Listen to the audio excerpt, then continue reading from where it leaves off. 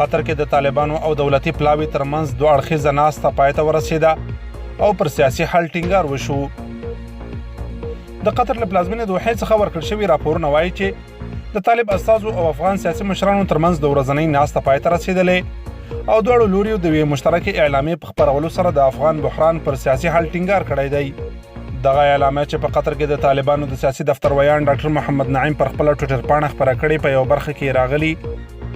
دواړو لورو د افغانستان بحران ته د یوې تلپاتې او منصفانه حل لارې د موندلو په موخه د لوړې کچې د مذاکراتو پر دوام او چټکتیا هوکړه وکړه.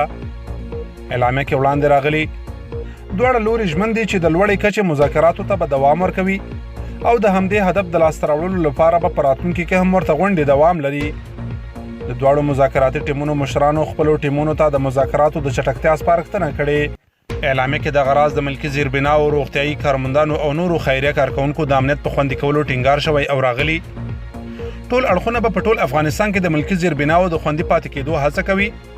اړونده خواوې به د ملکي تلفاتو مخنیوی کوي او د بشري مرستو په اړه به همکاري کوي.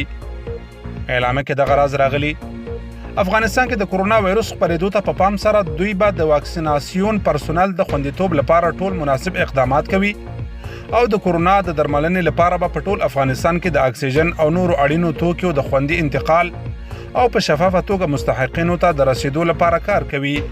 اعلامیه کې همدارنګه په افغانستان کې د تلپاتې سولې د راتلو لپاره د قطر هیواد مرستې ستایل شوي او دغه راز د ګاونډیو هیوادونو او نړیوالې ټولنې څخه د افغانستان د سولې په پروسه کې د همکاریو مننه شوې.